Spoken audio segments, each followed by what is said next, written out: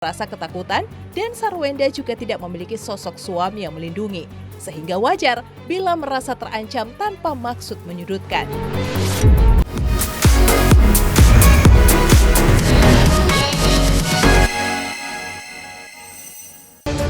Pemirsa Silet RCTI meninggalkan sorotan tajam dari rumah tangga Audi Marissa yang juga tengah panas jadi sorotan perseteruan antara Ruben Onsu dan Sarwenda. Tampaknya masih belum menemukan titik terang.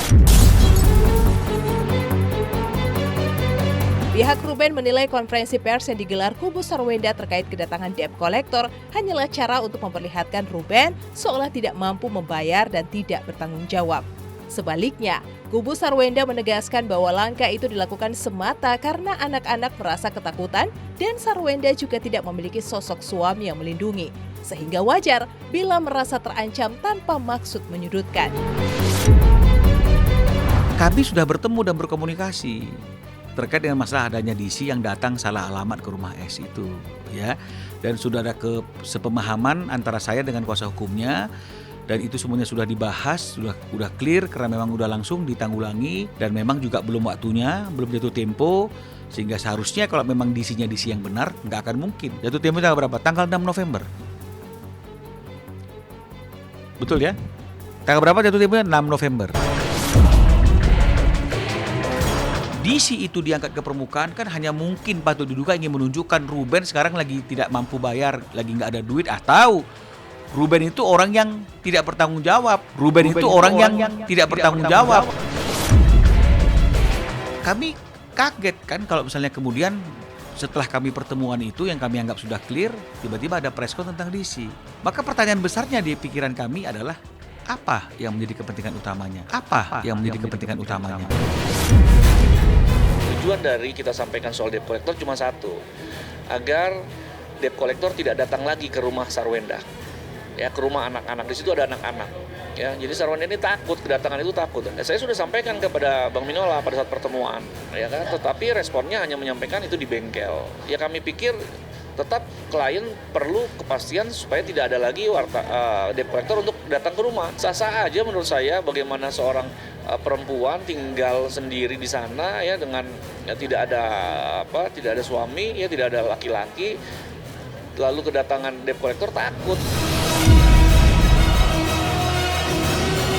Terkait kubu Ruben menegaskan rutin transfer lebih dari 280 juta tiap bulan sebagai bentuk tanggung jawab, kubu Sarwenda membalas bahwa nominal itu muncul karena Ruben sendiri yang menyanggupi. Meskipun sempat ditawarkan untuk dibagi dua, bahkan bukti chat ditunjukkan kepada tim Silet.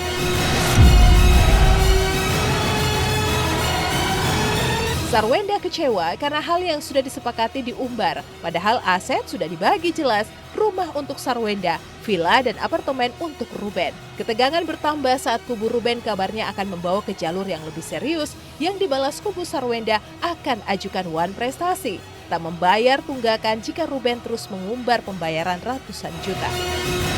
Pada saat masa perkawinan dan setelah putusnya perkawinan, pada saat perceraian sudah ditanyakan oleh klien kami, apakah beban anak-anak ini mau dibagi dua. Lalu apa jawabannya? Jawabannya adalah tidak ada beban dibagi dua, semua tanggung jawab saya sampai anak-anak selesai kuliah. Tidak ada beban dibagi dua, semua tanggung jawab saya sampai anak-anak selesai kuliah.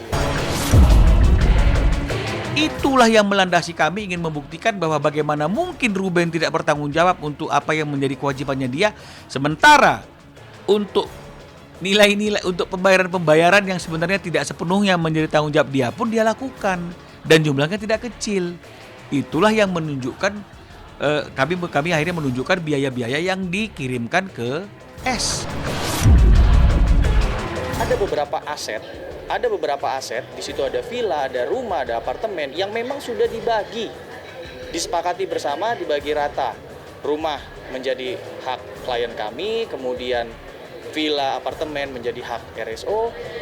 Tapi jangan lupa, selain hak di situ ada kewajiban. Nah, kewajiban itu yang belum dipenuhi sampai sekarang. Tanggal 1 November terakhir, ini kan November nih. Tanggal 1 kemarin masih jelas nih komunikasinya. 188 juta langsung dibayarkan sama si Ruben. Masa masalah anak komunikasi? Tinggal kirim aja anak-anak ke Ruben selesai. Tinggal bilang Ruben jemput anaknya di mana, selesai, gak ada miskomunikasi. Klien kami bicaranya semua untuk kepentingan anak. 200 juta ini adalah uang kebutuhan anak-anak. Konflik Ruben dan Sarwenda terus berlanjut dengan isu pertemuan anak yang makin rumit. Ruben merasa sudah tak bisa lagi bertemu anak-anaknya 2 bulan belakangan, tapi dijawab kubu Sarwenda dengan mengungkap Ruben mengganti nomor telepon sehingga sulit dihubungi. Saat Sarwenda ke Korea, anak-anak pun tidak dititipkan ke Ruben karena dianggap sering keluar kota dan sibuk. Situasi makin panas ketika kubu Ruben mengancam akan buka-bukaan yang akan membuat heboh. Sementara kubu Sarwenda tak mau kalah dengan ancaman yang disebut bisa mengguncang se-Indonesia. Kenapa nomor lama itu tidak diinfokan kepada klien kami atau anak-anaknya bahwa kalau dia berganti nomor, kalau dia punya nomor baru, kenapa nggak disampaikan bahwa ini saya punya nomor baru ya? Jadi Ruben sudah jauh-jauh hari itu ada chatnya, ada buktinya, menyampaikan kepada Sarwenda bahwa dia ganti nomor. Jadi dia bilang mulai hari ini yang dipakai adalah nomor ini. Jadi kalau kemudian nggak diinformasikan, anaknya chat, anaknya voice note, sampai nggak? Ya kalau nggak sampai gimana mau ngebalasnya? Sementara S bisa berkomunikasi dengan Ruben.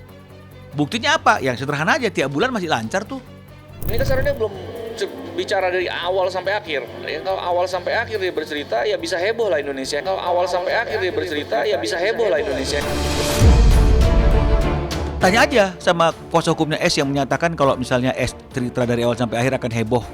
Ingat, kita juga punya cerita. Ingat, kita juga punya cerita. Yang katanya susah ketemu, ya nggak mungkin lah susah. Gampang banget, tinggal WhatsApp ke aku. Di tengah permasalahan yang kini masih memanas, saat ini Sarwenda bersama Giorgio Antonio berada di Korea untuk pekerjaan yang sudah dijadwalkan sejak lama. Di sisi lain, Ruben justru memilih mendalami agama di pesantren. Sarwenda menegaskan keberangkatannya sudah dikoordinasikan dengan anak-anak, hanya berlangsung sekitar seminggu dan anak-anak tetap berada di rumah bersama pengasuh dengan penjelasan yang sudah diberikan. Dan tadi malam, Ruben pun terlihat sudah berhasil bertemu anak-anaknya.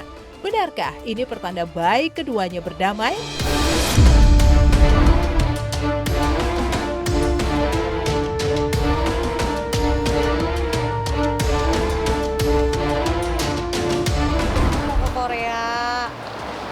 Ada kerjaan, udah lama kerjaannya, jadi ini udah dijadwalin tuh udah beberapa bulan yang lalu ya. Dan yang pastinya kalau sebelum ada kerjaan pasti udah koordinasi sama anak-anak, udah ngobrol sama anak-anak. Anak-anak masih di rumah pastinya sama Nai gitu. Kayaknya sudah dijelaskan sama lawyer ya. Sudah dijelaskan sama lawyer, saya rasa udah cukup jelas. Pemirsa Silet RCTI, berbeda dari konflik Ruben dan Sarwenda, Ashanti kembali jadi sorotan setelah diterpa masalah bertubi-tubi sepanjang 2025 ini.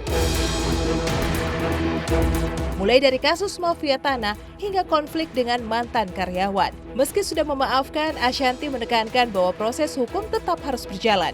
Ia juga menyayangkan sikap mantan karyawan yang kini ingin berdamai setelah masuk penjara. Padahal sebelumnya sempat melontarkan tuduhan serius soal penggelapan.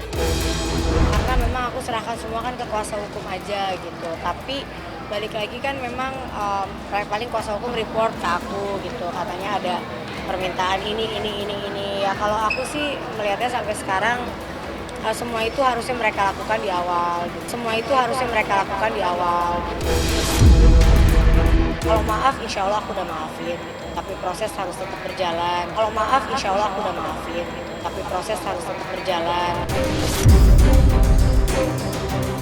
Bukan hanya itu, Ashanti juga membuat heboh publik lantaran memutuskan mundur dari ujian kelayakan disertasi program S3. Hal itu dikarenakan berbagai masalah yang membuatnya tak bisa fokus mengurus kuliah. Ya ini aku mundur jadinya kan, ujian kelayakan mundur. Tapi nggak apa-apa, aku nggak mau aku lulus asal lulus gitu. Aku mau memang aku benar-benar lebih baik mundur tapi aku totalitas. Di sisi lain, kondisi tubuh Ashanti yang terlihat semakin kurus pun viral dan ramai dinyinyiri netizen sebagai tanda stres akibat tekanan bertubi-tubi. Namun Ashanti menegaskan bahwa perubahan fisiknya bukan karena stres, melainkan hasil dari kesadaran menjaga kesehatan dengan mengurangi porsi makan serta rutin berolahraga mulai dari gym hingga pilates. Kalian tuh bahasnya pipi. Sekarang gini loh guys, aku tidak seberuntung kalian yang mukanya sempurna banget.